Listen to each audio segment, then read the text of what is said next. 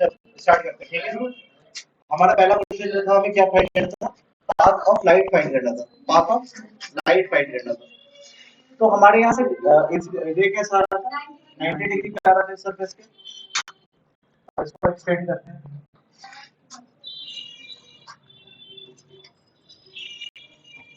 Side में extend करते हैं, एक्सटेंड करो, ये 90 तो ये भी 90, और ये वाला कितना हो जाएगा? तो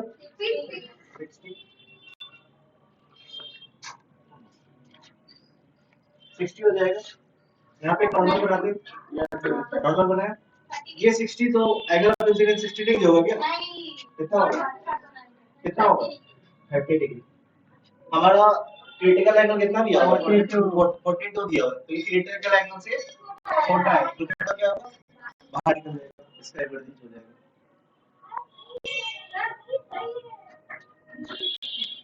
इसका एवरेज हो जाएगा, ठीक है।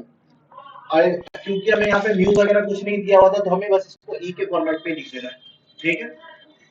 ई के फॉर्मेट में मतलब कि angle of emergence light emerge हो रही है बस, क्योंकि हमें अगर अंदर का अगर म्यू अगर दिया रहता तब हम निकाल पाते इसके sin i plus sin i mu i mu one is equal to sin r mu two, है ना। तब हम लोग निकाल पाते, क्योंकि हमें रिफ्लेक्टेड इंडेक्स यहाँ पे दी हुई है, तो क्या करेंगे? ई के फॉर्मेट में लिखेंगे। नेक्स्ट क्वेश्चन कौन सा था? 163 है ना, 163 163 क्वेश्चन में क्या बोल रहा है? A disc placed on the surface of the pond of refractive index 5/3, a source of light, a source of light is placed 4 cm below the surface, 4 meter below the surface. Find the minimum radius of the disc needed so that light is not coming out. ये हमें क्या बोल रहा है? एक disc को मैंने place किया, ठीक है, एक डिस्क को मैंने प्लेस किया है एक पॉन्ड के ऊपर, मान लो ये पे पॉन्ड है, ठीक है, ये भी पॉइंट है, और एक सोर्स ऑफ लाइट आ रही है नीचे से, ठीक है, सोर्स ऑफ लाइट आ रही है नीचे से, और वो कितनी नीचे से आ रही है? 4 मीटर से आ रही है, 4 मीटर से आ रही है। तो क्या हो रहा है कि इस डिस्क का हम क्या मिनिमम रेडियस लेंगे जिससे कि लाइट जो है वो बाहर ना आए। लाइट हमें क्या पता है, यहाँ तक बाहर आती है, यहाँ तक बाहर आती है, यहाँ से लाइट तो बाहर आती है, वो एरिया जहाँ से लाइट बाहर आती है। अगर मैंने इसके ऊपर एक डिस्क को रख दिया तो लाइट तो ओपेक कर देगा, वो लाइट बाहर नहीं आ पाएगा। तो हमने आर का फॉर्मूला क्या पढ़ा था? R is equal to H under root mu square minus H मेरा कितना है? 4 divided by under root mu square का वैल्यू कितना दिया हुआ है? refractive index 5/3 है, तो कितना हो जाएगा? 25/9 minus 1 16 by 4 divided by 3 16/3 है ना, 16/9 तो 4/3 कितना हो जाएगा? 4 divided by 4 by 3 4 कट गया, कितना आ गया? 3 मीटर, ठीक। अब कौन सा इसका क्वेश्चन? ये वाला 160 बन गया। ये क्या बोल रहा था? अ coin is resting on the bottom of the breaker, एक ब्रेकर है, ब्रेकर मतलब कि हाँ एंगल दिया होता है, नहीं दिया होता है, नहीं दिया होता है। अब तुम चाहोगे तो एंगल निकाल सकते हो, 3-4 दिख रहा है ना तुम्हें, तो एंगल निकाल सकते हो, 30 कॉपी कर सकते हो, कोई बात नहीं है। तो मैं क्या दिया है, एक कॉइन जो है वो बॉटम ऑफ द ब्रेकर के रेस्ट कर रही है, बॉटम ऑफ द ब्रेकर से, ठीक है। उस ब्रेकर को मैंने क्या करा, लिक्विड से फिल्ड कर दिया। A ray of light coming from the coin travel up to the surface of the liquid and move along the surface. एक लाइट आई, ये सरफेस तक आई, उसके बाद अलोंग द सरफेस मूव करने लगी, है ना, अलोंग द सरफेस मूव करने लगी। ये बता सकते हो अलोंग द सरफेस ये कौन वाला केस है? क्या क्रिटिकल एंगल वाला केस है? तो यहाँ पे क्या करेंगे, क्रिटिकल एंगल बता देंगे। ये वाला एंगल सी होगा, तो ये वाला भी एंगल सी होगा क्या? हाँ, ये वाला एंगल सी होगा, तो ये वाला एंगल भी सी होगा। हमें क्या फाइंड करना है? How fast is light travelling in the liquid. बाहर पे मीडियम एयर है, ठीक है, अंदर में लाइट, ये वाली जो लाइट जो आ रही है किस स्पीड से चलेगी। तो अगर हमें म्यू निकल गया मेरा, अगर मेरा म्यू निकल गया तो हम mu is equal to c by v करेंगे। c is the speed of light और v is the speed of light in that medium, वो करेंगे तो आ जाएगा। यहाँ पे क्रिटिकल एंगल sin c का वैल्यू क्या होगा? 1 by म्यू, ठीक है, sin c का वैल्यू क्या होगा? sin c perpendicular upon hypotenuse. ये तीन है, ये चार है, तो ये वाला ऑटोमेटिकली पास हो जाएगा। है ना। पाइथागोरस से भी निकाल सकते हैं और उससे भी निकाल सकते हो, मैंने बताया था फेमस ट्रायंगल 37 वाला और 53 वाला, है ना। तो ये मेरा 5 आ गया। तो साइन सी की वैल्यू क्या आ गई, साइन सी की वैल्यू क्या आ गई मेरी 3/5 आ गया, is equal to 1 by mu. ठीक है, म्यू किसके रिस्पेक्ट होता है, mu of denser medium with respect to rare medium. तो हम क्या लिख सकते हैं, mu of D by mu of R is equal to 5/3। मत भी लिखोगे तो चलेगा, इसको डायरेक्ट सी बाई वी के फॉर्मेट में भी कर सकते हो। इज इक्वल टू मैं डायरेक्ट सी बाई वी कर दूं, सी बाई वी कर दूं 5/3 multiplied by is equal to 3 into 10 to the power 8 by we V. ठीक है, ठीक है, कितना हो गया 9 into 10 to the power 8 by 5 is equal to v। कितना आ जाएगा 1.8 into 10 to the power 8 metre पर सेकंड। ठीक है, हो गया, हो गया था क्वेश्चन, इजी था। हमने स्टार्टिंग में टोटल इंटरनल रिफ्लेक्शन में बात करा था, कोई प्रॉब्लम आया था इसमें, ये वाला क्या मेरा में आया था प्रॉब्लम। उसके बाद ऑप्टिकल फाइबर भी बात करा था, ऑप्टिकल फाइबर के अंदर वाले को क्या कहते हैं, ब्लैक कोड, और उसके ऊपर वाला ग्लाइडिंग। ठीक है, प्रोटेक्टिव लेयर उसको बोलो भी, बस हमारा मेन काम क्या है, बस ग्लाइडिंग और कोड को अच्छे से समझा देना। अगर कहीं भी अगर एग्जाम में अगर ऑप्टिकल फाइबर पे आएगा तो पहले उसका डेफिनेशन लिखना है, डेफिनेशन लिखने के बाद उसका एक छोटा सा डायग्राम बना देना है, और वो किस फिनोमेना पे वर्क करता है ये बता देना। ठीक है, अब हम लोग आज पे बढ़ते हैं। आज हमारा जो टॉपिक है वो है मेरा, आज का हम लोग जो टॉपिक पढ़ेंगे वो है हमारा रिफ्रैक्शन थ्रू अ प्रिज्म। क्या हमारा refraction through a prism, refraction through a prism. Refraction तो हम लोग जानते हैं क्या होता है, थ्रू अ प्रिज्म। सबसे पहले हम लोग प्रिज्म की डेफिनेशन लिख लेते हैं, प्रिज्म की डेफिनेशन क्या होती है। प्रिज्म की डेफिनेशन ये होती है, a prism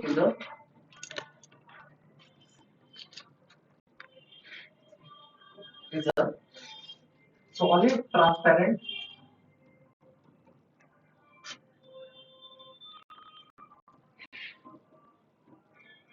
solid transparent refractive medium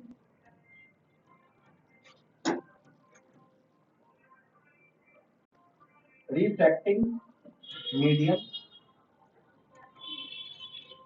refracting medium whose surface are not parallel, whose surface are not parallel but inclined at some angle, but inclined at some angle। Prism क्या होता है, prism एक solid transparent refractive medium होती है। Refractive medium मतलब जहां से light pass कर जाए, रिफ्रैक्टिव मीडियम उस surface are not parallel to each other. हमने ये भी पढ़ा था ना, अरे ये भी पढ़ा था, इसका जो सरफेस क्या हो गया पैरेलल हो गया, क्या ये प्रिज्म होगा, ये प्रिज्म नहीं होगा। इसमें क्या बोल रहा है, सरफेस जो हो वो पैरेलल ना हो, are not parallel but inclined at some angle, वो किसी खास एंगल पे इंक्लाइंड है। जैसे कि ऐसा पैरेलल ना हो और कोई एंगल पे हो, दोनों दोनों सरफेस जो किसी एक खास एंगल पे हो। ये भी एक स्ट्रेट लाइन है, ये भी एक स्ट्रेट लाइन है, क्या ये दोनों पैरेलल है, क्या ये वाली लाइन और ये वाली लाइन पैरेलल है, नहीं। क्या ये वाली लाइन और ये वाली लाइन पैरेलल है, क्या ये वाली और ये वाली पैरेलल है, कोई भी पैरेलल नहीं है। बट क्या है, वो लोग क्या है खास एंगल पे इंक्लाइंड है, खास एंगल पे इंक्लाइंड। ठीक है, ये खास एंगल है, लाइन उसी को हम लोग एंगल ऑफ क्या कहते हैं, एंगल ऑफ प्रिज्म कहते हैं। अब हम लोग एंगल ऑफ प्रिज्म के ऊपर आगे बढ़ेंगे। पहला वाला डेफिनेशन हो गया व्हाट इज प्रिज्म, दूसरा हम लोग बढ़ेंगे एंगल ऑफ प्रिज्म के ऊपर, angle of prism, angle of prism, angle of prism. Angle of prism हमारा क्या होता है, angle between, angle between the faces on which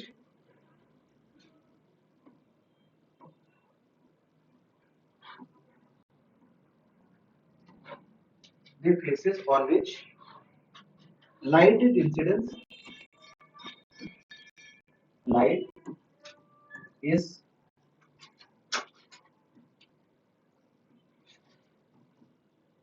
incident, light is incident, and from which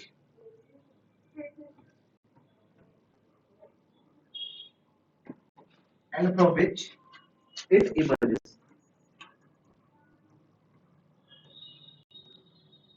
अब देखो ये हमें क्या बोल रहा है, एंगल ऑफ प्रिज्म क्या होता है, angle between the faces on which light is incident and from which the light is emerges. जैसे कि ये मेरा ये बन गया, जैसे कि ये मेरा एक प्रिज्म बन गया, ठीक है, यहां से मेरी एक रे ऑफ लाइट आ रही है, रे ऑफ लाइट आई, ये मेरी एक रे ऑफ लाइट आई, ये कहीं इधर से बेंड कर गई और फिर इधर से इमर्ज हो गई, ठीक है, ये कौन सा रे हो गया, इंसिडेंट रे,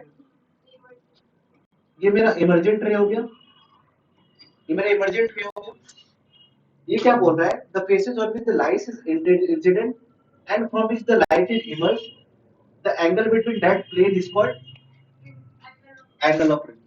लाइट जहां से एंटर कर रही है और जिस सरफेस से बाहर निकल रही है, उन दोनों सरफेस के बीच का जो, उन दोनों फेसेस के बीच का जो एंगल है उसको क्या कहते हैं, एंगल ऑफ प्रिज्म। अब मुझे एक बात बताओ, ये मैंने एक प्रिज्म बनाया, ठीक है, ये एंगल A1 है, ये एंगल A2 है, ये एंगल A3 है, इंसिडेंट रे आई, ये ऐसे करके इमर्ज होगी इधर से, तो एंगल ऑफ प्रिज्म इस केस में क्या होगा, A2 होगा, ठीक है, ऐसे आई ऐसे चलेगी, अब क्या होगा, अब क्या होगा, A3 होगा, एक रे ऑफ लाइट ऐसे आई ऐसे चलेगी, A1 हो जाएगा, समझ में आ गया, इसी को एंगल ऑफ प्रिज्म, जहां से आ रहा है इंसिडेंट रे और जिस एंगल से, जहां जिस फेस से निकल जा रहा है, दोनों फेस के बीच का जो एंगल होगा उसी को एंगल ऑफ प्रिज्म कहते हैं। अब इसी पे एक क्वेश्चन है, क्वेश्चन है, if refractive index of glass prism is 2, find the refractive index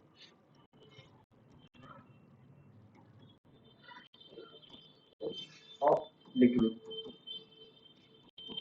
मेरे पास नीचे में डायग्राम भी दिया हुआ है,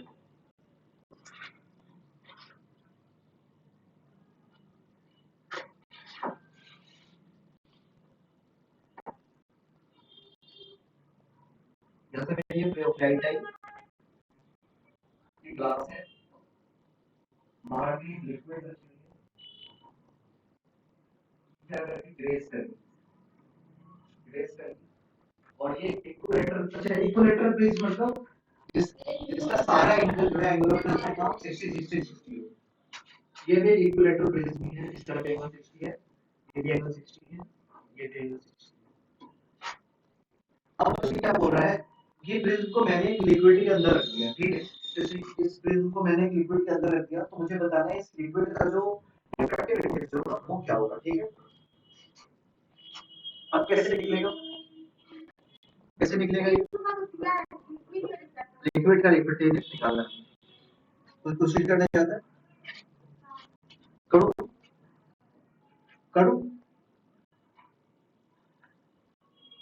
चलो मैं करता हूँ, ठीक है, ये देखो, ये वाला केस क्या है, क्रिटिकल एंगल वाला केस है, क्रिटिकल एंगल वाला केस है, ये 60 तो ये 90 है, क्योंकि लाइट बिल्कुल स्ट्रेट आ रही है, कोई भी इसमें रिफ्लेक्शन वगैरह कुछ नहीं होगा, ये 90 है, 60 तो ये कितना होगा 30, तो ये वाला कितना हो जाएगा 60 हो जाएगा।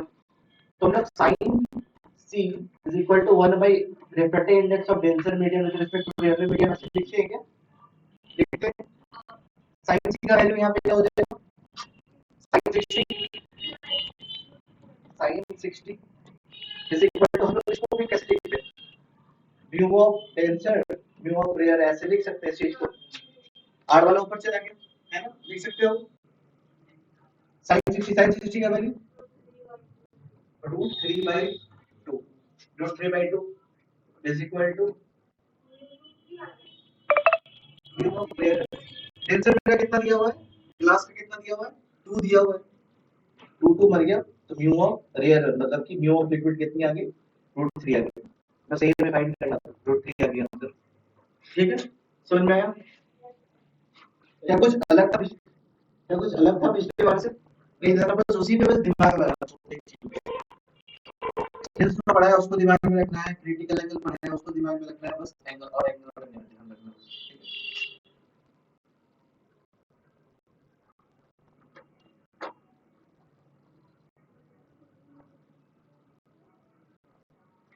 हो गया,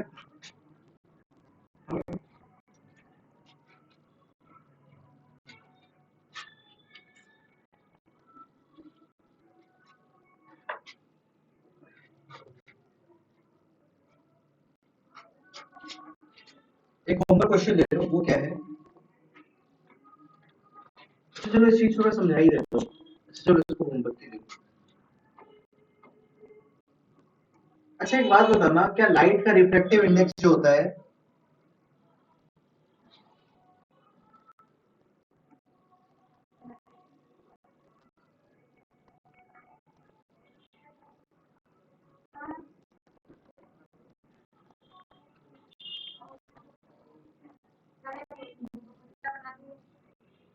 मुझे उस तरफ चाहिए, लिखो,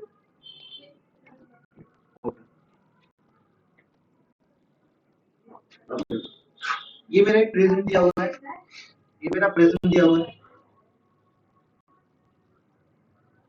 इधर से मेरी 3 लाइट आ रही है, ठीक है, हाँ एक ब्लू लाइट आई, एक हमारी होमवर्क है,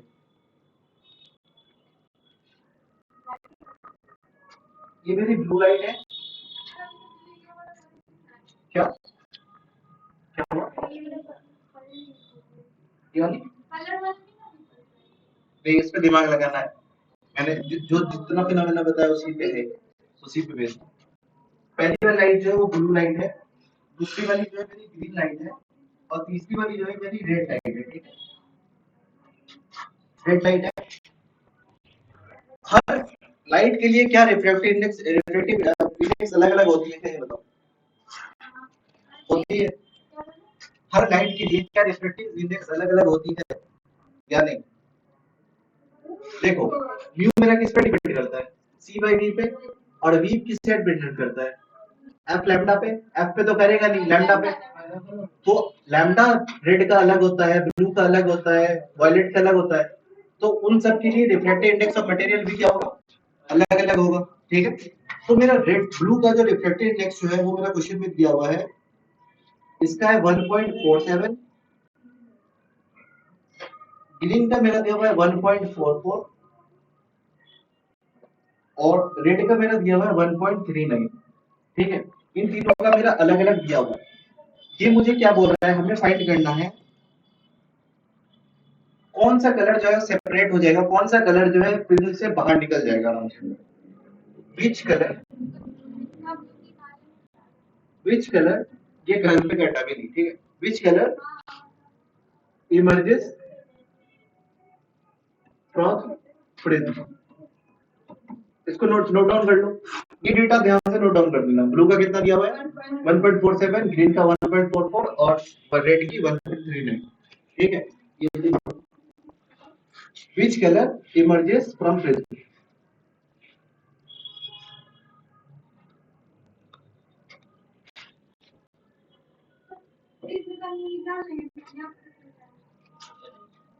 बता दो क्या, बट घर पे बैठो, उसने हिंट दे दिया, ठीक है, बस ऐसा ही है।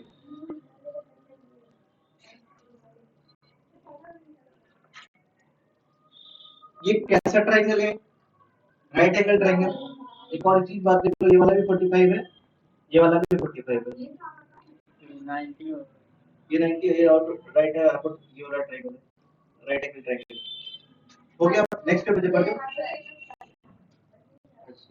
बढ़ जाओ आगे, रुक जाओ। अब हम लोग आगे में बात करेंगे, वो है एंगल ऑफ प्रिज्म और एंगल ऑफ डेविएशन के ऊपर, ठीक है।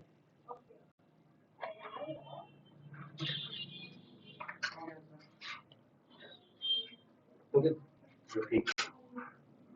अब हमें आगे में क्या बढ़ना है, बढ़ रहे हैं angle of prism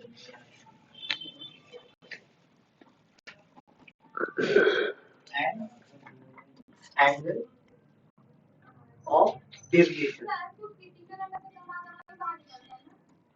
critical angle से जो कम होता है,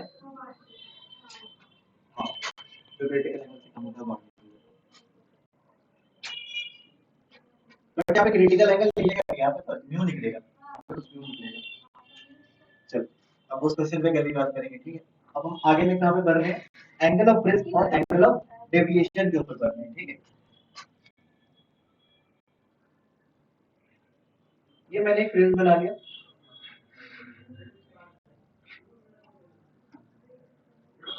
ये मैंने एक प्रिज्म बना लिया,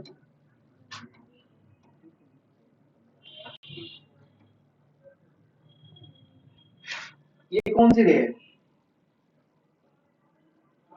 इंसिडेंट रे है। ये मैंने इस सरफेस का एक नॉर्मल बना लिया, मैंने सरफेस का एक नॉर्मल बना लिया। अब लाइट क्या करेगी, टुवर्ड्स से नॉर्मल बेंड कर जाएगी, बेंड करेगी। अब ये वाला इंसिडेंट रे अब यहाँ पे आ गया, अब इस सरफेस के लिए वाला लाइट कैसा बिहेव करेगा, एक इंसिडेंट रे की तरह बिहेव करेगा।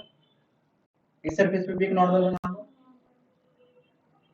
ठीक है, इस सरफेस पे भी एक नॉर्मल बना लिया। अब ये लाइट क्या, कैसी लाइट, कैसी लाइट, ये वाली कौन सी रहेगा, ये इमर्जेंट रे। ये है मेरा एंगल ऑफ, इसके से मेरा एंगल ऑफ प्रिज्म क्या है, ये वाला है, ठीक है। ये कैसी रे है, इंसिडेंट रे है, ये मेरी कैसी रे है, इमर्जेंट रे। ये मेरा कोई एंगल ऑफ इंसिडेंस आई होगा, ये मेरा कोई एंगल ऑफ इंसिडेंस आई होगा, ये मेरा कोई आर1 कर देते हैं, रिफ्लेक्टेड है एंगल कोई आर1 होगा, ये वाला कुछ एंगल आर2 होगा, आर2 होगा, और ये इमर्जेंट रे होगा, है ना। तो एंगल ऑफ प्रिज्म का मेरे पास जो फॉर्मूला आता है वो होता है A is equal to R1 plus R2। ये मेरा जो एंगल ऑफ प्रिज्म जो है, इसका फॉर्मूला क्या होता है, R1 plus R2, ठीक है। अब एक बात बताओ, अब हम लोग बात करेंगे एंगल ऑफ डेविएशन के ऊपर। इस रे ऑफ लाइट को जाना कैसा चाहिए था, ऐसा चाहिए था, इस रे ऑफ लाइट को कुछ ऐसा जाना चाहिए था, बट ये रे डेविएट कितनी होगी, इतनी इधर जानी चाहिए थी, इतनी डेविएट होगी। ये वाली डेविएट हुई है, ये वाली जो एंगल है डेविएट हुई है ना। बाहर से देख रहा था, राइट, ऐसे जानी चाहिए थी, बट ये बेंड ऐसे ही करेगी, इधर से ही बिल्कुल मुड़ गई, ये मेरी एंगल ऑफ डेविएशन होगी, ये मेरी एंगल ऑफ डेविएशन होगी। तो एंगल ऑफ डेविएशन में मेरे पास फॉर्मूला इसमें आता है I plus E minus A। ये दोनों फॉर्मूला को ब्लेंड कर लो, ठीक है। पहला फॉर्मूला क्या है, एंगल ऑफ प्रिज्म का क्या है, R1 प्लस R2, ठीक है, R1 प्लस R2, और एंगल ऑफ डेविएशन क्या है मेरा, I plus E minus A। If एक नोट ये है, एक नोट ये है, अगर मान लो कि रे जो है ना, इमर्जेंट रे जो है, रे इमर्जेंट हो रही है, वो सरफेस की बिल्कुल नॉर्मली हो रही है, मतलब इमर्जेंट रे जो इधर ऐसे ये किया है एंगल में, अब मान लो कि इमर्जेंट रे जो है वो नॉर्मली निकल रही है, मतलब कि नॉर्मल को क्रॉस करके ऐसे करके निकल रही है। तो हाँ, तो नॉर्मल इंसिडेंस है, तो इस केस में R2 की वैल्यू क्या आएगी? ये वाली R2 की वैल्यू क्या आएगी? 90 आएगी या 0 आएगी? ये वाला एंगल क्या है? विद रिस्पेक्ट टू नॉर्मल है, विद रिस्पेक्ट टू नॉर्मल है। अब रे, अब ये वाली रे जो आ रही है, ये मान लो कि ऐसे ही इस नॉर्मल से ही निकल गई, तो R2 कितनी होगी? 0। एंगल बनेगा ही। तो नोट क्या है? इफ रे emerges normally to second phase R2 is equal to 0। R2 0 हो जाएगा, बस ये एक नोट है। ठीक, एंगल ऑफ प्रेशर का फॉर्मूला क्या होता है? R1 plus R2। Angle of deviation का formula I plus E minus A।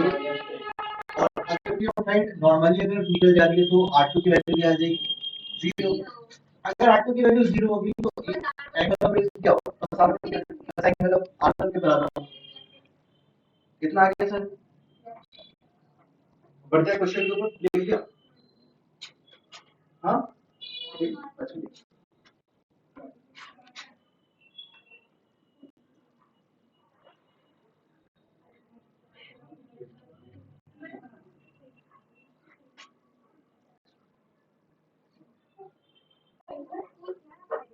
क्या था कुछ? अच्छा कैसा बात है, मारेंगे तो बचेंगे।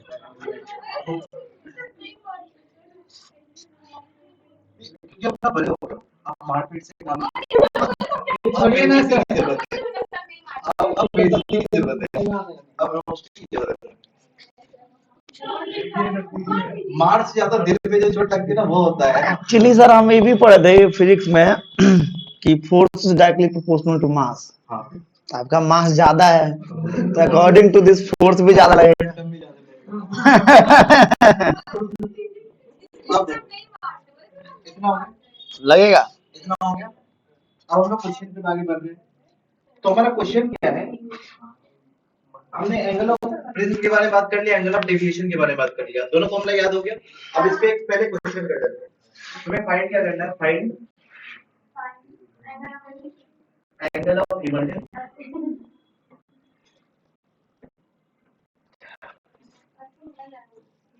And angle of deviation. ये दिया हुआ है बस।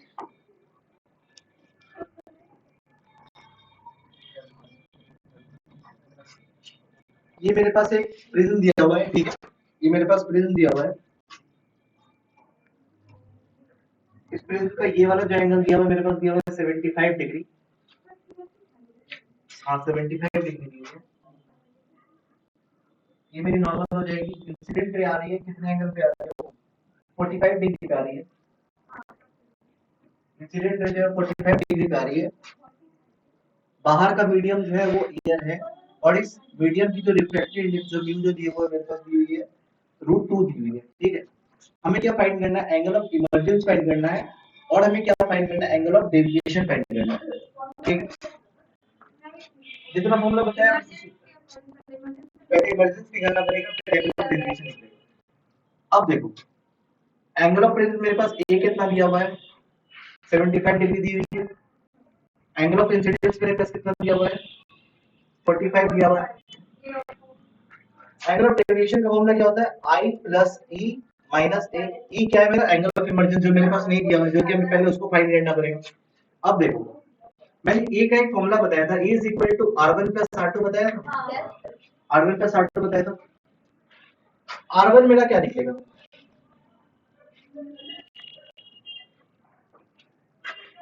μ1 sin I is equal to μ2 sin R।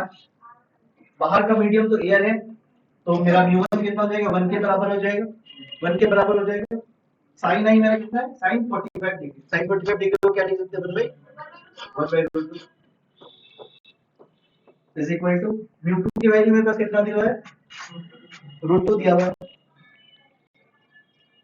Sign I sign are है ना, इतना हो गया। साइन आर का वैल्यू कितना आ गया, 1/2। आर का वैल्यू क्या आ गया, R1 का वैल्यू क्या आ गया, 1/2 किसके बराबर होता है, साइन आर 30 डिग्री।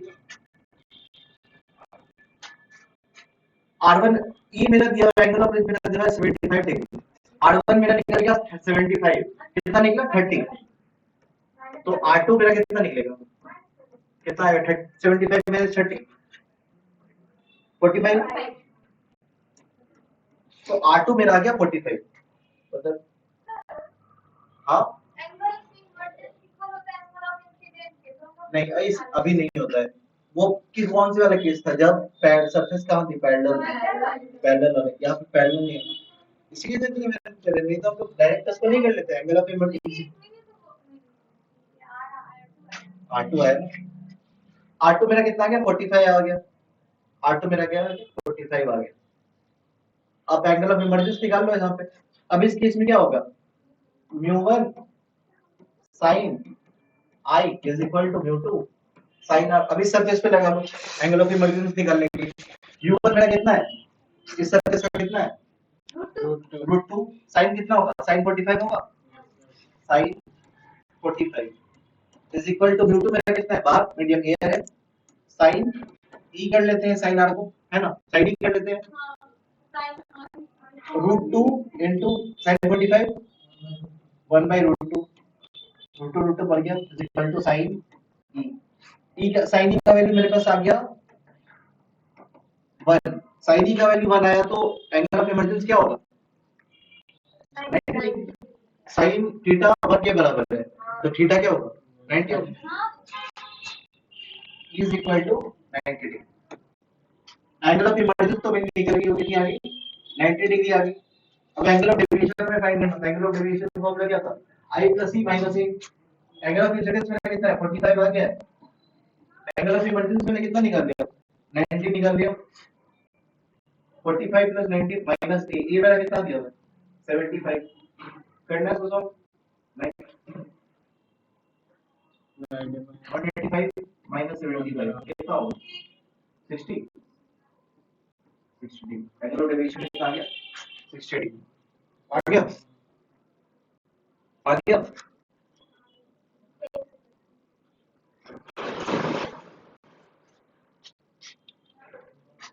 कोई दिक्कत है इस क्वेश्चन में, किसी को भी नहीं हो,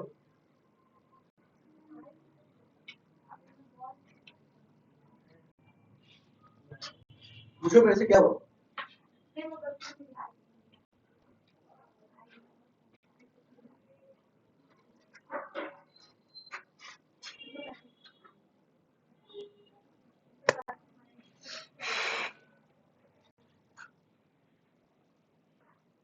करेक्ट,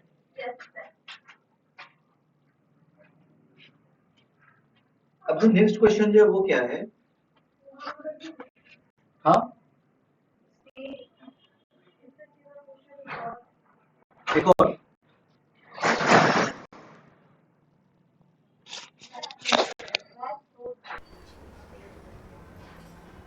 उस तरह का और है तो नहीं, लेकिन मैं दे दे रहा, ठीक है, फिर भी ठीक है।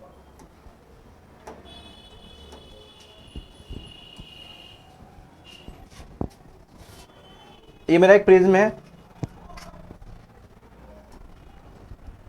ये मेरा ट्रायंगल है जिसका एंगल ऑफ प्रिज्म जो है वो मेरा दिया हुआ है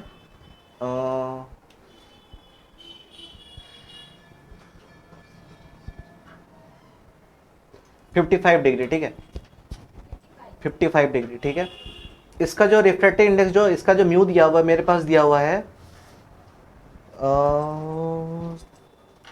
3/4 दिया हुआ है, ठीक है ठीक है।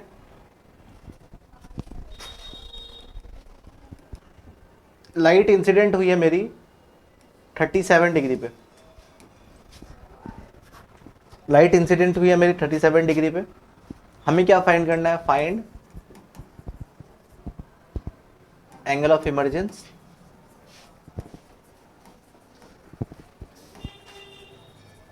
And angle of deviation.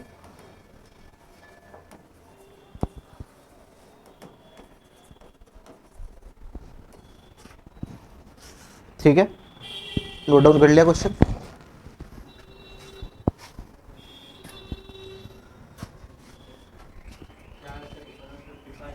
हाँ वो 55 है, एंगल ऑफ प्रिज्म मेरा 55 है।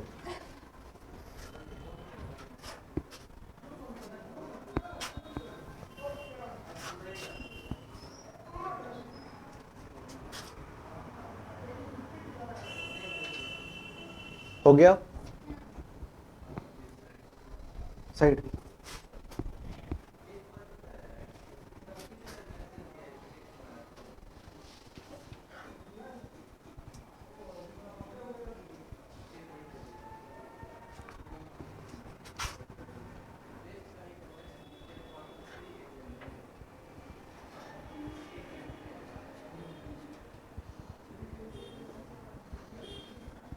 चलो अब एक आगे वाले क्वेश्चन पे हम लोग बात करते हैं। अच्छा, मैंने एक बात बताया था, जब सेकेंड सरफेस से रे ऑफ लाइट जब नॉर्मली निकल जाए तो R2 की वैल्यू क्या होती है? 0 होती है। इस क्वेश्चन में क्या है मेरा, one face of prism is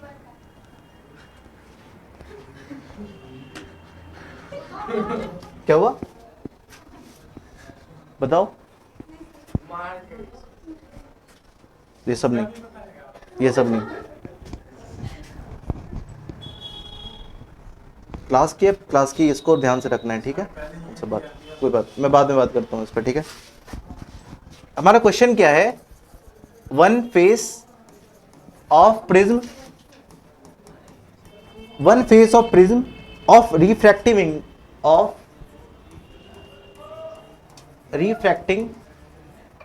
angle of 30 degree, ठीक है? And refractive index and RI 1.414, ठीक है? इस सिल्वर्ड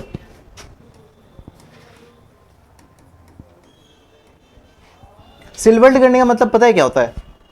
पॉलिश कर दिया, मतलब उसको मिरर बना दिया, उसको। At what angle must the रे of light, at what angle must ray of light fall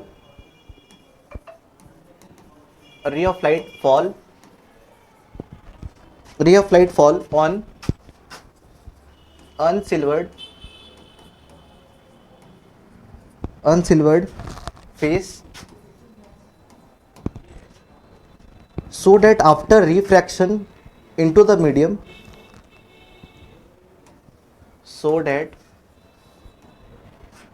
after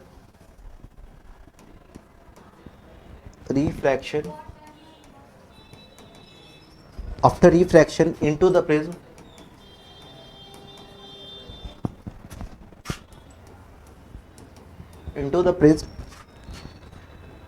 and reflection at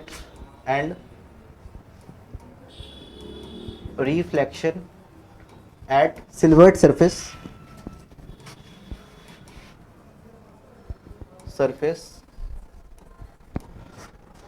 it retrace its path.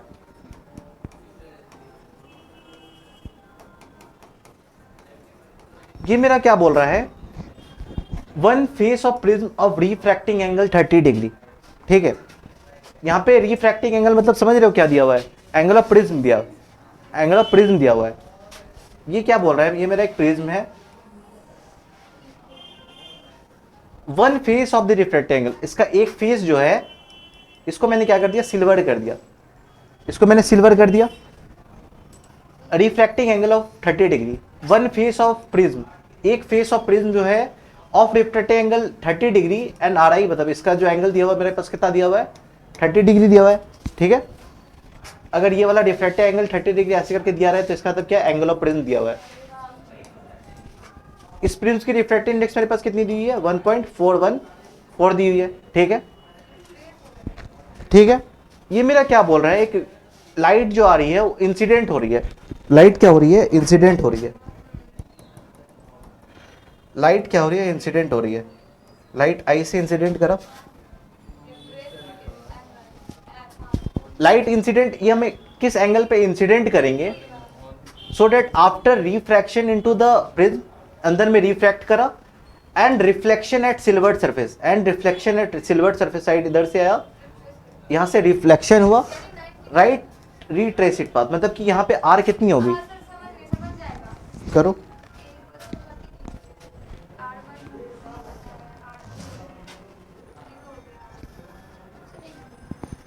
बाहर का मीडियम एयर है, याद रखना, बाहर का मीडियम एयर है।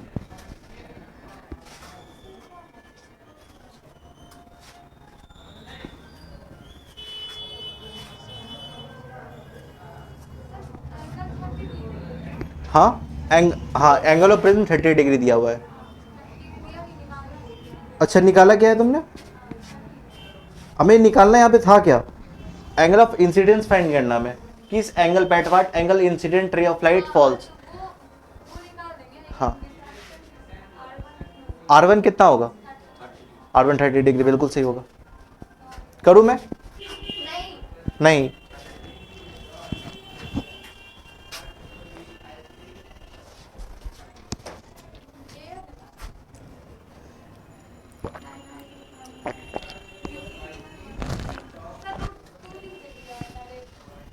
ये क्वेश्चन में 1.41 के फॉर्मेट पे था, इसलिए बच्चों को मानने के लिए दिया हुआ था।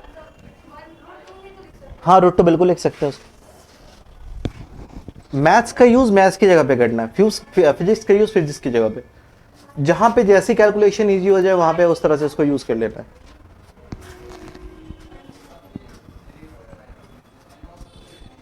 हुआ? करूं मैं?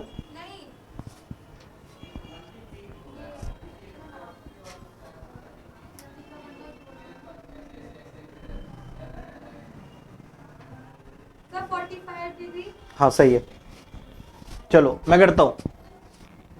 एंगल ऑफ प्रिज्म मेरा कितना है? 30 डिग्री। ये वाला कौन सा केस है? जब मैंने क्या बताया, रे of light retrace it path, या मतलब कि लाइट जैसे आ रही है लाइट वैसी चली जाए, मतलब नॉर्मल इंसिडेंस की केस है। नॉर्मल इंसिडेंस की केस है तो R2 की वैल्यू क्या आ जाएगी? 0। मैंने ए का एक फॉर्मूला बताया, is equal to R1 plus R2, मैंने एक फॉर्मूला बताया था। ई मेरा है 30 डिग्री, R2 तो मेरी 0 ही हो जाएगी, तो R1 की वैल्यू मेरी कितनी होगी? 30 डिग्री, मतलब ये वाला एंगल कितना होगा? 30 डिग्री होगा। अब इस सरफेस पे स्नेल्स लॉ लगा दो। स्नेल्स लॉ, स्नेल्स लॉ क्या है? μ1 sine I is equal to μ2 sine R, ठीक है। μ1 का वैल्यू मेरा बाहर में क्या है? मीडियम एयर है, तो μ1 की जगह पे I1 कर लेंगे, साइन I। μ2 मेरा अंदर का रिफ्रैक्टिव इंडेक्स ऑफ मीडियम कितना दिया हुआ है? 1.414 दिया हुआ है, तो हम लोग इसको क्या लिख सकते हैं? √2 भी लिख सकते हैं, √2। साइन R का वैल्यू मैंने क्या निकाला? 30 degree, sine 30 degree. Sine I is equal to √2 into sine 30 degree कितना होगा? 1/2, तो ये √2 हो जाएगा, 1/√2। Sine I is equal to 1/√2, तो I की वैल्यू क्या आ जाएगी? 45 degree. I is equal to 45 degree, ठीक है, हो गया। अब चलो नेक्स्ट क्वेश्चन मेरा क्या है? नेक्स्ट क्वेश्चन मेरा उसी के बेसिस पे था। एक ये मेरा एक प्रिज्म है, इसका एक सरफेस मेरा क्या करा? सिल्वर करा हुआ है। ये मेरा नॉर्मल इंसिडेंस का केस है। नहीं बना, वो बन गया, नहीं लिखा उसको, तो लिख लो, बोलना चाहिए ना, लिख लो।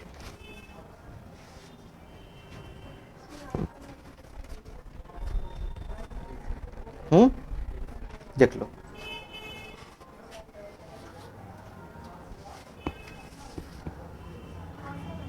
पहले कैसे कैसे लिखना है? ये वाला पहले लिखोगे, उसके बाद वो वाला लिखोगे, ठीक है।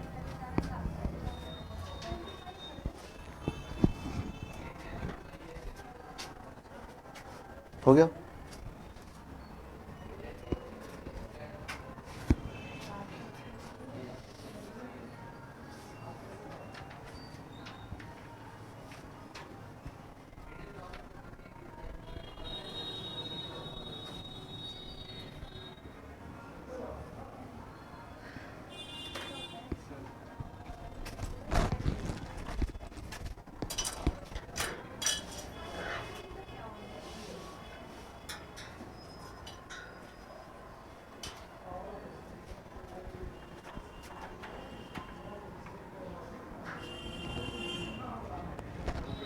हो गया। अब देखो नेक्स्ट वाला जो क्वेश्चन जो है वो क्या था, नॉर्मल इंसिडेंस का केस है जहां पे लाइट को इंसिडेंट किया गया है किसी एंगल आई पे मैंने इंसिडेंट किया। ये वाला एंगल जो मेरा प्रिज्म है वो मेरा दिया हुआ है 30 डिग्री। लाइट इंसिडेंट होने के बाद लाइट यहाँ पे नॉर्मली चली गई है, मतलब लाइट रिट्रेस इट पाथ, अब हमें यहाँ पे क्या फाइंड करना था, हमें फाइंड करना है, हाँ दूसरा क्वेश्चन है, मुझे एंगल ऑफ प्रिज्म फाइंड करना है। एंगल ऑफ प्रिज्म क्या होगा, एंगल ऑफ प्रिज्म मेरा √2 दिया हुआ है, मैंने रिफ्रैक्टिव इंडेक्स ऑफ प्रिज्म दिया हुआ है मेरा √2। हमें यहाँ पे आई फाइंड करना है, आई हमें फाइंड करना है। सेम प्रोसेस है, करो। लेकिन पिछले केस में तुमने क्या करा था, तुमने ए के हिसाब से तुमने I1 और R1 निकाला था ना। अब थोड़ा सा एंगल का इस्तेमाल करो, एंगल का इस्तेमाल करो। देखो ये वाला 30 डिग्री है, ये नॉर्मल इंसिडेंस का केस है, तो ये वाला एंगल 90 डिग्री होगा, ये वाला 60 होगा, तो ये वाला कितना होगा 30 होगा। R2 की वैल्यू मेरे क्या आ गई 30 आ गई, तो μ1 sine I is equal to μ2 sine R। μ1 की जगह पे बाहर का मीडियम एयर ही है, sine I is equal to μ2 मेरा कितना है √2 दिया हुआ है, और साइन R का वैल्यू मेरा कितना हुआ है साइन 30 डिग्री, √2 1/2 तो √2 हो गया, तो साइन I मेरा कितना हो गया 1/√2, I is equal to 45 degree. Same question था, करने का तरीका दूसरा था। पहले केस में हमने क्या करा था, कि हमने एंगल क्योंकि हमें पता था कि A1 प्रिज्म का जो होगा R1 कितना हो जाएगा, R2 क्या हो जाएगा 0 हो जाएगा। अब मान लो कि अगर तुम्हें ये चीज याद ही नहीं आया, क्लिक ही नहीं करा, तुम्हें एंगल तो पता है, तब भी हो जाएगा। फिजिक्स कैसे करके भी जाओ वो राइट ही होगा, ठीक है, बस तुम्हें प्रोसेस पता, राइट मतलब कि करेक्ट।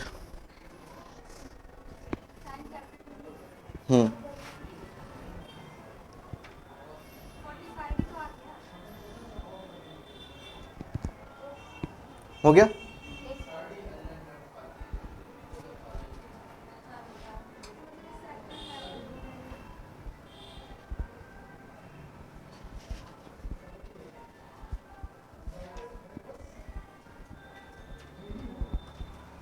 बढ़ो। अब देखो, अब मेरा एक क्वेश्चन है, वो मेरा क्या है, ये मेरे पास एक प्रिज्म है,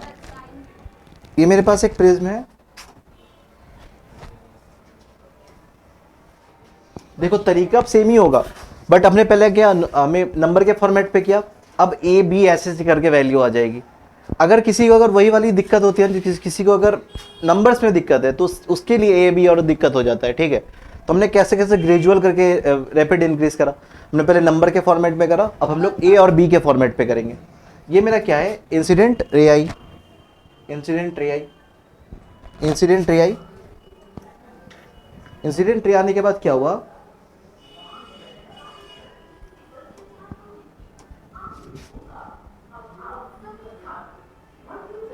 ये मैंने नॉर्मल बना दिया, मैंने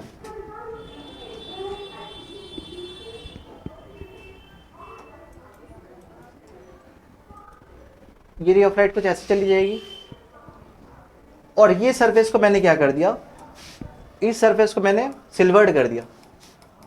यहां पे मेरा एंगल ऑफ प्रिज्म जो है वो मेरे पास दिया हुआ है ए, ठीक है, एंगल ऑफ प्रिज्म मेरे पास दिया हुआ है ए, एंगल ऑफ इंसिडेंस मेरे पास दिया हुआ है 2a। हमें क्या फाइंड करना है, नहीं, हमें फाइंड करना है u फाइंड करना है, हाँ, refractive index of medium find करना है, करो। बट क्या हुआ, अच्छा, बट क्या है, तुम्हें मैथ्स का यूज करना है, पहले ही बता दूं, ठीक है। मैथ्स का एक फॉर्मूला का यूज होगा, जैसे भी बनाओ मैथ का यूज होगा, कैसे भी बनाओ, हाँ।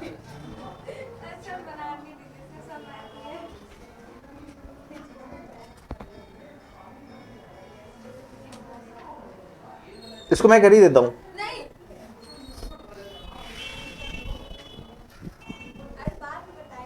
कोशिश करो।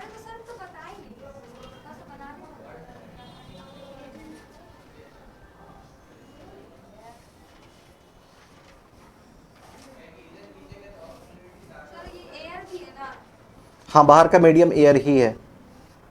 अगर क्वेश्चन में अगर बाहर का मीडियम अगर दिया ही ना रहे तब क्या करेंगे, एयर ही मान लेंगे। अगर मीडियम भी अगर बाहर की अगर मीडियम बता दिया है कि लिक्विड है या कुछ और है, तो अगर जहां पे बता दिया वहां पे उसकी मीडियम को यूज करेंगे, जहां पे कुछ भी नहीं बताया है उस पर क्या होगा, एयर ही हो जाएगा। हो रहा है वो? जो क्वेश्चन है पहले उसको ही पहले लिखो, एक बार जो क्वेश्चन है पहले उसको ही लिखो, जो जो डेटा दिया हुआ है पहले उसको लिखो।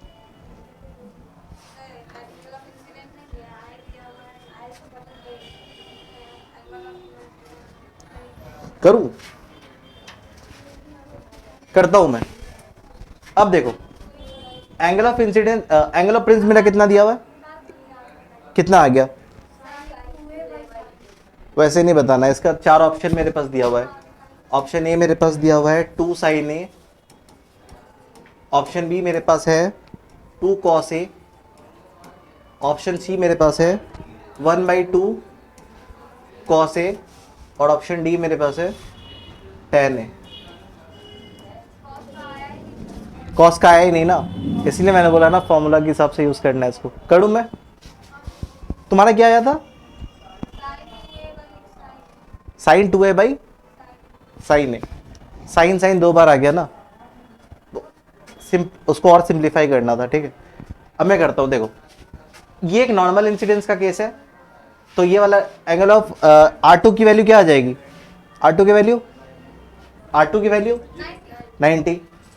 एंगल ऑफ प्रिज्म मेरा कितना होता है, R1 प्लस R2 होता है। R2 की वैल्यू 0, R2 की वैल्यू 0। A1 मेरा कितना दिया हुआ है, A1 मेरा A के बराबर दिया हुआ है, A is equal to R1 हो जाएगा। मतलब ये वाला जो वैल्यू होगा R1 का वैल्यू कितना हो जाएगा, A के बराबर हो जाएगा। इस सरफेस पे आप स्नेल्स लॉ लगा दो, क्या हो जाएगा, μ1 sine I is equal to μ2 sine R हो जाएगा। μ1 की जगह पे बाहर का मीडियम तो एयर ही है, तो 1 sign 2a is equal to μ2 मेरा क्या दिया हुआ है, μ2 में फाइंड ही करना है, म्यू साइन R मेरा क्या हो जाएगा, साइन A। साइन 2a का फॉर्मूला पता है क्या, 2 साइन A कॉस A होता है क्या, sine 2 theta is equal to 2 sine theta cos theta होता है। हमने उसको जब हम क्लास 11th में जब हम लोग प्रोजेक्टाइल जब पढ़ते हैं तभी पहली बार ये फॉर्मूला को देखते हैं, u square sine 2 theta by g, पढ़ा हुआ formula, u square sine 2 theta by g. तो साइन 2 थीटा क्या हो जाता है, 2 साइन थीटा कॉस थीटा हो जाता है, रेंज का फॉर्मूला। अब मैं कर ही देता हूं, मैं आगे बढ़ ही चुका हूं, तो साइन 2a मेरा क्या हो जाएगा, 2 sine A cos A is equal to you sine A। Sine A मर गया, साइन A मर गया, तो म्यू वैल्यू कितनी आ गई, 2 कॉस A, ठीक है। मैंने पहले ही बोला था मैथ से इसमें, ठीक है। आगे वाले क्वेश्चन में एक और मैथ्स है, बस उसमें देखो मैं जितने क्वेश्चन कराऊंगा तुम्हें वो कभी ना लिख देखो, हो गया सबका। अब देखो हम लोग नेक्स्ट में जो बढ़ने जा रहे हैं वो हमारे पास क्या है, बढ़ जाओ। अब मेरे पास क्या है, एक और जो होमवर्क क्वेश्चन है उसमें तुम्हें ये फाइंड करना है कि एंगल ऑफ इंसिडेंस किसके बराबर होगा। बट इस क्वेश्चन से भी तुमको एक मैथ का बेसिक्स पता चलेगा, ठीक है। इसको करके आना है। ये क्वेश्चन लिख लो, मेरे पास क्या है, क्वेश्चन मेरा क्या है, a ray of light is incident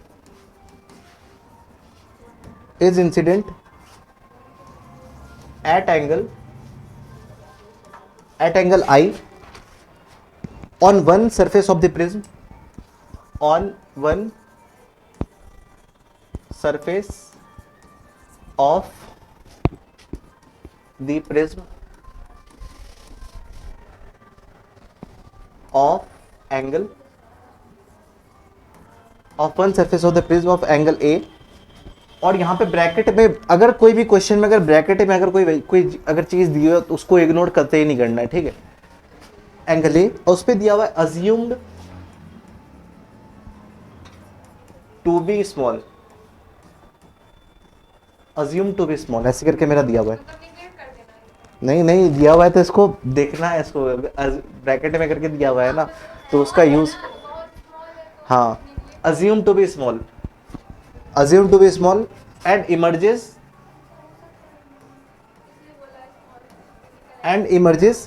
normally from opposite side, and emerges normally from opposite side, normally from opposite side मतलब R2 की वैल्यू यहां पे क्या होगी 0। if the refractive index, if Ri of prism is mu, find angle of incidence, find angle of incidence। इसका मेरा option मेरे पास क्या दिया हुआ है, option A B C D. Option मेरे पास ये 2 बार पूछा गया है क्वेश्चन, एक 2012 में और एक 1989 में।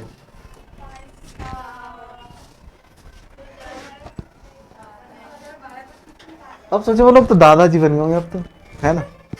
ए बाई म्यू, पहला ऑप्शन है ए बाई म्यू, दूसरा क्वेश्चन जो है, दूसरा ऑप्शन जो वो मेरा A by two mu, A by two mu, और तीसरा जो है मेरे पास दिया हुआ है म्यू टाइम्स ऑफ ए, और चौथा जो क्वेश्चन दिया हुआ मेरे पास म्यू ए बाई टू। ये 4 मेरा ऑप्शन दिया हुआ है। हमें फाइंड करना है एंगल ऑफ इंसिडेंस मेरा क्या होगा। एक चीज बता दो तुमको, साइन थीटा जो होता है ना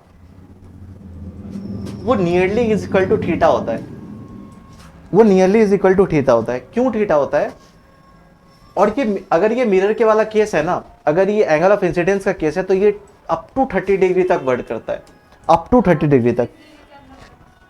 अब देखो साइन 30 डिग्री को का वैल्यू क्या होता है 1/2 होता है। रेडियन के फॉर्मेट पे लिखना पड़ेगा। 30 डिग्री को हम क्या लिख सकते हैं, pi by 6 is equal to, pi की वैल्यू क्या होती है 22/7, और वो पॉइंट वाला 3.14 इसको नियरली तुम 3 के बराबर मान लो, 3/6 1/2 के बराबर आ गया। नियरली इक्वल आ गया ऊपर। हमें बस नियरली तक ही पहुंचना है। मैंने ये चीज क्यों बताई यहाँ पे, क्योंकि इसका इस क्वेश्चन में यूज होगा। यहाँ पे बहुत जगह पे हमें sine theta nearly is equal to theta में मानना पड़ेगा। पहला तो हमें क्या दिया हुआ है, एंगल ऑफ प्रिज्म जो हमें दे दिया वो भी बहुत स्मॉल दिया है, ठीक है। एक वो वाला केस बता दिया, और एंगल ऑफ इंसिडेंस वाला भी मैंने बता दिया कि कब तक होता है, टिल 30 डिग्री। स्मॉल नहीं, 30 डिग्री स्मॉल एंगल नहीं हुआ, 1 डिग्री 2 डिग्री ये स्मॉल एंगल हुआ, 30 डिग्री तो बहुत बड़ा एंगल हो गया। तुमने यहाँ से क्वेश्चन से देख लिया कि 30 डिग्री भी तो यार बराबर ही आ रहा है, नियरली थीटा के बराबर ही आ रहा है ना। इसको दिमाग में रखना है इस क्वेश्चन को करते वक्त, ठीक है।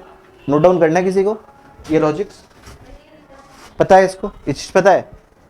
अगर ये चीज पता है तो ये क्वेश्चन हो जाना चाहिए, है ना। हो गया, बढ़ जाओ। अब देखो, अब हमारा क्या है, factor on which angle of deviation depend, ठीक है। Factor on which angle of deviation, angle of deviation क्या होता है, डेल होता है, डिपेंड। एंगल ऑफ डेविएशन किन किन चीजों पे डिपेंड करता है, एंगल ऑफ डेविएशन किन किन चीजों पे डिपेंड करता है। हमने 2 फॉर्मूला पढ़ा था, 2 फॉर्मूला क्या क्या था हमारा, ए इज इक्वल टू एक और del is equal to I plus E minus A. हमने 2 फॉर्मूला पढ़ा था। पहला फॉर्मूला क्या था, A is equal to R1 plus R2, और डेल का फॉर्मूला क्या पढ़ा था, आई प्लस ई माइनस ए। बस अब देखो, फैक्टर हमें बताना है किस किस बातों पे मेरा एंगल ऑफ डेविएशन जो है, डेल जो है वो डिपेंड करता है, इधर से ही पता चल रहा है इंसिडेंट रे पे, इमरजेंट रे पे नहीं। हाँ ई है बट डिपेंड नहीं करेगा, ई तो एंगल निकल रहा है ना। सबसे पहला मेरा क्या होगा, एंगल ऑफ प्रिज्म पे डिपेंड करता है, एंगल ऑफ प्रिज्म ए पे डिपेंड करता है, ठीक है। दूसरा मेरा डेविएशन डिपेंड करता है मटेरियल ऑफ, हाउ मटेरियल बोलो या रिफ्रैक्टिव इंडेक्स बोलो, material of prism.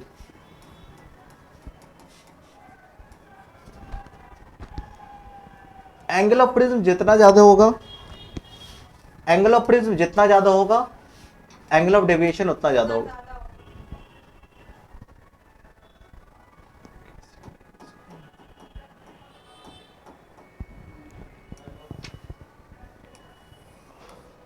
Angle of prism जितना ज्यादा होगा, एंगल ऑफ डेविएशन उतना ज्यादा होगा।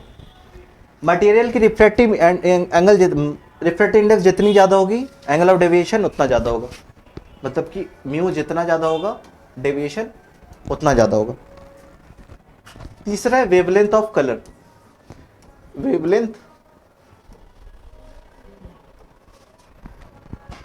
और कलर पे डिपेंड। जिस लाइट को हम उस प्रिज्म पे टॉर्च कर रहे हैं, जिस लाइट को उस पर प्रोजेक्ट कर रहे हैं, उसका वेवलेंथ भी डिपेंड करेगा कि कितना डेविएशन होगा। अब देखो वेवलेंथ जितना ज्यादा होता है उसका रिफ्रैक्टिव इंडेक्स उतना कम होता है क्या?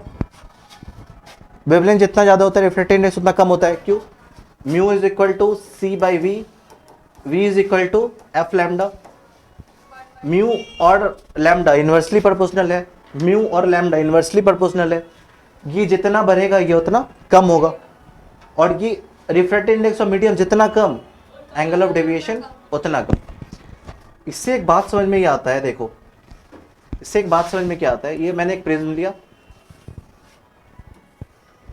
मैंने एक प्रिज्म लिया, यहां से एक व्हाइट लाइट आई, यहां से क्या आई? व्हाइट लाइट आई। व्हाइट लाइट क्या हो गया?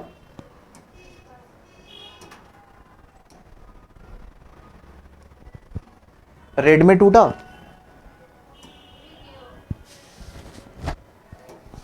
लास्ट कलर क्या होता है? VIVGY-OR, वायलेट, ठीक है।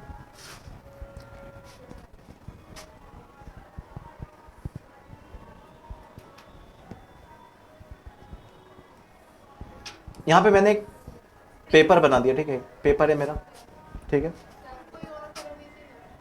और कलर ले लो। अरे वायलेट को तो वायलेट से बताना पड़ेगा ना। अच्छा अच्छा, येलो ही ले लेते हैं, येलो आ रहा है, ठीक है। क्योंकि रेड की वेवलेंथ सबसे ज्यादा होती है, रेड की वेवलेंथ ज्यादा होती है तो उसकी डेविएशन कम होती है, क्योंकि वायलेट की वेवलेंथ बहुत कम होती है, बहुत कम होती है। हम लोग कहाँ से कहाँ तक बात कर रहा था? 400 से 700 नैनोमीटर तक। तो वायलेट की लगभग 400 नैनोमीटर होती है, बहुत कम होती है। और रेड की कितनी होती है? लगभग 700 नैनोमीटर तक होती है। कितने का डिफरेंस आ जाता है इसमें? तो इसकी वेवलेंथ जितनी कम, इसकी डेविएशन उतनी ज़्यादा। ये देखो अपने पाथ से, ये पाथ इसका ऐसा था, ऐसा जाना चाहिए था। ये डेविएशन ऑफ रेड लाइट और ये डेविएशन किसका है? वायलेट का। कितना ज़्यादा डेविएट कर गया दोनों, इसीलिए रेड हमें ऊपर नज़र आता है और वायलेट हमें नीचे नज़र आता है। क्यों? डेविएशन के कारण। हम लोग डिस्पर्सन बात करेंगे, डिस्पर्सन पे हम लोग और अच्छे से बात करेंगे इसके ऊपर, इस फिनोमेना के ऊपर। लिख लिया इसको? ये वाला पेज लिख लिया? हाँ ये वाला पेज लिख लो, पीछे तो ये है, ये क्वेश्चन वो वाला हो गया था, फैक्टर्स वाला लिख लिया था।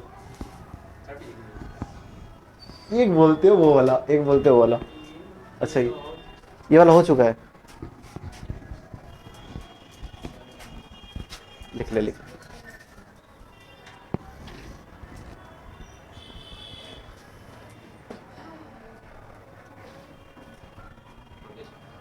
हो गया?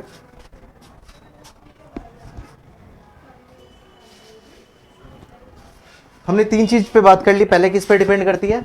रिफ्रैक्टिव इंडेक्स ऑफ मटेरियल पे बात करती है, मटेरियल पे। दूसरा एंगल ऑफ प्रिज्म पे बात करती है, और तीसरी किस पे डिपेंड करती है? वेवलेंथ ऑफ लाइट पे। चौथी ये चीज डिपेंड करती है वो है एंगल ऑफ इंसिडेंस पे।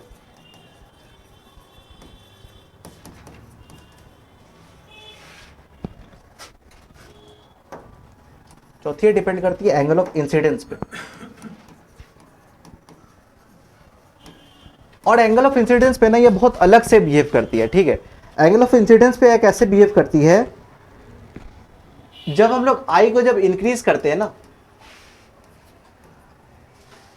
इंक्रीज स्लाइटली, जब हम लोग एंगल ऑफ इंसिडेंस को जब रे ऑफ लाइट को इंक्रीज करते हैं तो एंगल ऑफ डेविएशन जो है मेरी डिक्रीज करती है। Angle of deviation decrease, angle of deviation decrease. कौन सा केस है? इनिशियल का केस है। इनिशियल का केस है जब हम लोग रे ऑफ लाइट को इंक्रीज करा तो एंगल ऑफ डेविएशन क्या होगी? डिक्रीज कर रही है। दूसरे में क्या करता है, जब हम लोग फर्दर इंक्रीज करते हैं, फर्दर इंक्रीज जब करा तो एंगल ऑफ डेविएशन जो क्या करती है, वो करती है इंक्रीज। पहले हमने एक लिमिट पे उसको इंक्रीज करा तो एंगल ऑफ डेविएशन क्या हुई? डिक्रीज कर गई।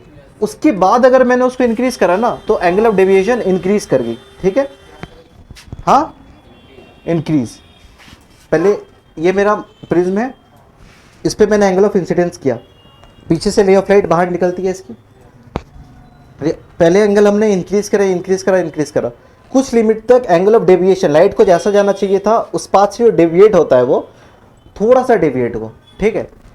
इंक्रीज करा, ये थोड़ा सा डेविएट हुआ, डिक्रीज हो रहा था। उसके बाद जब एंगल ऑफ इंसिडेंस जब इंक्रीज हो गई ना, एंगल ऑफ डेविएशन अब ज्यादा इंक्रीज हो गई। पहले डिक्रीज हो रही थी, एंगल ऑफ डेविएशन डिक्रीज हो रही थी, फर्दर इंक्रीज करा तो वो डिक्रीज करने लगी। तो एंगल ऑफ इंसिडेंस कहां से कहां तक हो सकता है?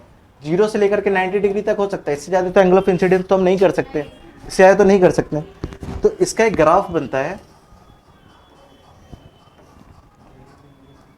वाई एक्सिस पे हम लेते हैं डेल क्या है? हाँ, ये चीज है, हमें फाइंड करना पड़ेगा। अब ये इसी पे क्वेश्चन है नेक्स्ट पे। और ये इंसिडेंस का है। इसका जो ग्राफ बनता है ना वो ऐसा बनता है, कुछ परफेक्टली यू नहीं है, यू ऐसा होता है, ठीक है। ये परफेक्टली यू नहीं है, ठीक है। एक खास एंगल पे ना डेल मिनिमम है ना, एक कोई खास पॉइंट पे डेल क्या है? मिनिमम है। ये कोई खास एंगल होगा, यहाँ पे कोई खास एंगल ऑफ इंसिडेंस होगा, कोई खास एंगल पे मिनिमम डेविएशन होगा। इस आई क्या होगा? यूनिक आई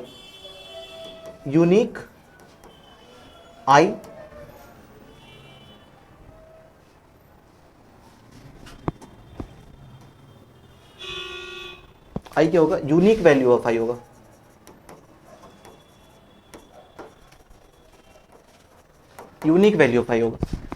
इधर देखो, पहले हमने आई को इंक्रीज करा, इस डायरेक्शन में लाइट इंक्रीज हो रही है। इधर देखो, आई इस डायरेक्शन में इंक्रीज हो रही है, तो एंगल ऑफ डेविएशन क्या हो रही है? कम हो रही है। एक खास पॉइंट पे पहुंची, उसके बाद मैंने फर्दर जब इंक्रीज करा तो एंगल ऑफ डेविएशन क्या हो गया? इंक्रीज करने लग गया, ठीक है। ग्राफ लिख लिया। अब देखो, अब हम बात करेंगे ये वाला जो है ना, एक खास एंगल ऑफ इंसिडेंस पे जो मिनिमम डेविएशन जो ही है, अब उस पे बात होगा। उस पे क्या है? Condition for minimum deviation.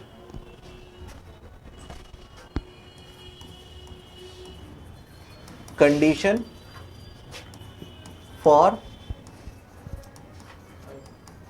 Minimum deviation. दिख रहा है क्या? लाइट लग रहा, दिख रहा हो? Condition for minimum deviation. Minimum deviation का कंडीशन क्या है?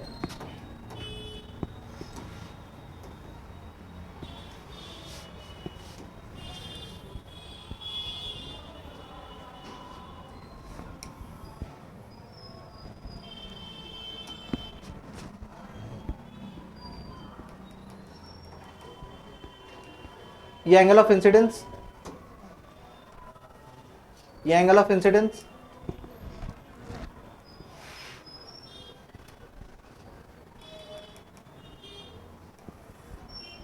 ये एंगल ऑफ इमर्जेंस। कंडीशन, पहला कंडीशन क्या है, angle of incidence must equal to angle of emergence, I is equal to E. ये वाला एंगल और ये वाला एंगल क्या आना चाहिए, बराबर आना चाहिए, ठीक है।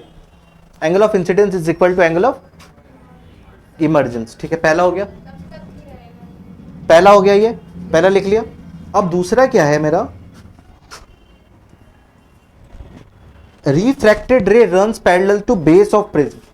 ये रिफ्रैक्टेड रे है ना, ये बेस के कैसे रन करना चाहिए, पैरेलली रन करना चाहिए। The refracted ray runs parallel to base of prism, runs parallel to base of prism, ठीक है। यहां पे कोई एंगल बनेगा R1, यहां पे कोई एंगल बनेगा R2। तीसरा क्या है इसमें, R1 is equal to R2 is equal to R मान लो, मतलब कि ये वाले एंगल और ये वाले एंगल क्या आनी चाहिए, बराबर आनी चाहिए, तभी मिनिमम डेविएशन होगा। पहला क्या बताया मैंने, I इज इक्वल टू ई, दूसरा रिफ्रैक्टेड रे कैसी होनी चाहिए, बेस के पैरेलल होनी चाहिए, और तीसरा मैंने क्या बताया, R1 is equal to R2 is equal to R, ठीक है। दोनों वैल्यू इक्वल आएगी, ठीक है। अब देखो, मैंने एंगल ऑफ प्रिज्म बताया था, क्या होता है, R1 प्लस R2 बताया था, R1 प्लस R2 बताया था, तो ए मेरा क्या आ जाएगा, 2R हो जाएगा, क्योंकि ये दोनों तो बराबर ही है। अब देखो, डेविएशन का मैंने फॉर्मूला बताया था, I plus E minus A, I plus E minus A बताया था। ये किसका बात हो रहा है, मिनिमम डेविएशन की बात हो रही है। Condition for minimum deviation, del min, ये डेल मिन कैसा है, मिनिमम है, तो इसको क्या लिख सकते हैं, आई, और ई को भी तो मैं ई आई के बराबर लिख सकता हूं, क्योंकि एंगल ऑफ इंसिडेंस और एंगल ऑफ इमर्जेंस क्या होना चाहिए, बराबर होना चाहिए। इसको भी आई लिख सकता हूं, माइनस ए, तो डेल मिन क्या आएगा, 2i माइनस ए होगा, 2i माइनस ए होगा, आया, 2i माइनस ए होगा,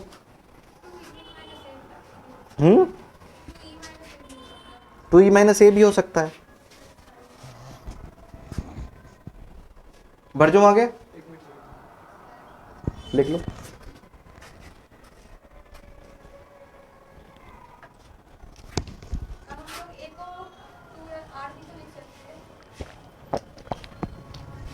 बात ये ना, हम लोग एक फॉर्मूला को ड्राइव करने वाले हैं, ठीक है। हम लोग मटेरियल ऑफ प्रिज्म का एक फॉर्मूला को डिवाइड करने वाले हैं। तो फॉर्मूला होता है mu is equal to I1 sine del min plus a/2 divided by sine a/2, ये एक फॉर्मूला होता है। उस फॉर्मूला को ही हमें डिराइव करना है।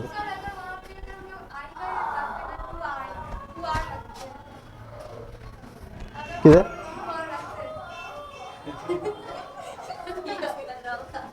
बताओ आप, बताओ बताओ।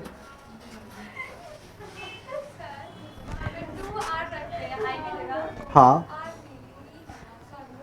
2e रखते हैं, अगर रख सकते हैं, बट क्वेश्चन में हमें आई के रिस्पेक्ट में, एंगल ऑफ इंसिडेंस के रिस्पेक्ट में फाइंड करना है, ठीक है। ठीक है, ये वाला फॉर्मूला है। हमने दो फॉर्मूला पढ़ा, A is equal to R1 plus R2 is equal to R, और दूसरा मैंने क्या पढ़ा, मिनिमम डेविएशन। ये मिनिमम डेविएशन के लिए ये दोनों 2i माइनस ए। अब देखो, हमने a is equal to 2R पढ़ा, हाँ बोलो, हाँ बस ये वाला बस कर दो, क्योंकि एंगल ऑफ, क्योंकि रिफ्रैक्टिव इंडेक्स ऑफ मटेरियल निकालना पड़ेगा ना। a is equal to 2R है, डेल मिन का मुझे फॉर्मूला बताओ जो मैंने अभी पढ़ा, 2i माइनस 2i माइनस ए, 2i माइनस ए पढ़ा, ये दोनों फॉर्मूला पढ़ा। अब देखो, हम लोग क्या करते हैं, आई को हम लोग उधर ले जाते हैं, sine del min, del min del min plus a is equal to 2i लिख सकते हैं क्या? लिख सकते हैं क्या? तो आई मेरा क्या हो जाएगा? Del min plus a by 2 हो जाएगा क्या? इंसिडेंट आ गया मेरा, आई आ गया मेरा। अब हमें क्या फाइंड करना है? हमें फाइंड करना है कि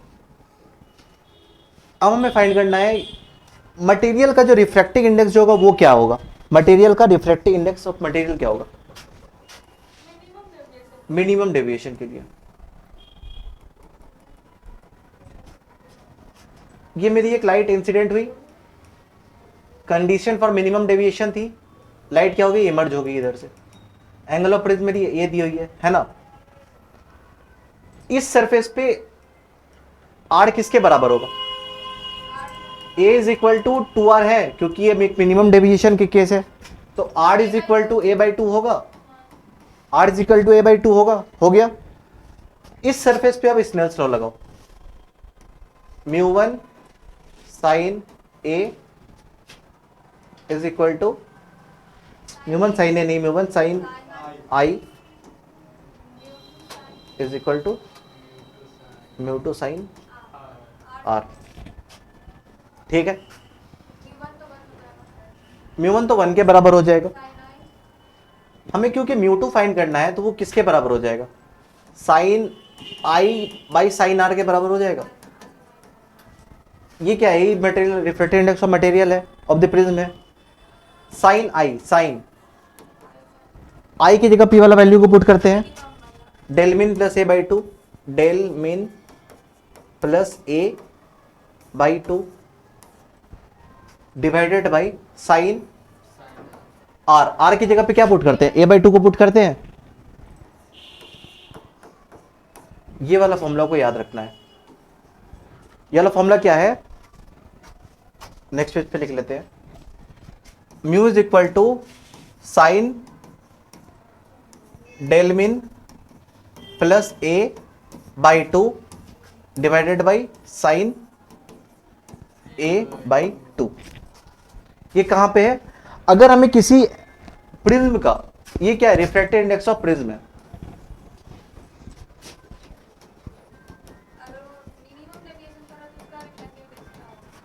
अगर मिनिमम डेविएशन अगर मुझे बता रहा है, कि मिनिमम डेविएशन ऐसे ऐसे एंगल पे हो रहा है, हमें बस मटेरियल बताइए प्रिज्म का मटेरियल क्या होगा।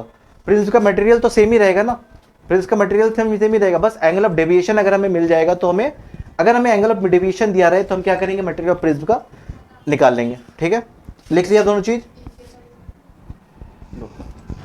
तो आज क्लास यहीं पे एंड करते हैं इस चीज को। ठीक है सर? हाँ, डेविएशन के फैक्टर्स खत्म हो गए। एंगल ऑफ इंसिडेंस पे ये लास्ट थे, एंगल ऑफ डेविएशन पे लास्ट जो था वही था। इमरजेंस पे नहीं करता ये, मतलब कि जब कैलकुलेट करके देखा गया तो इमरजेंस की वैल्यू ऑलरेडी उसमें जो हो गई ना, इनगल्फ होगी आई प्लस, क्योंकि आई एंगल ऑफ इंसिडेंस और एंगल ऑफ इमरजेंस जो है दोनों तो बराबर ही है, इसीलिए सर।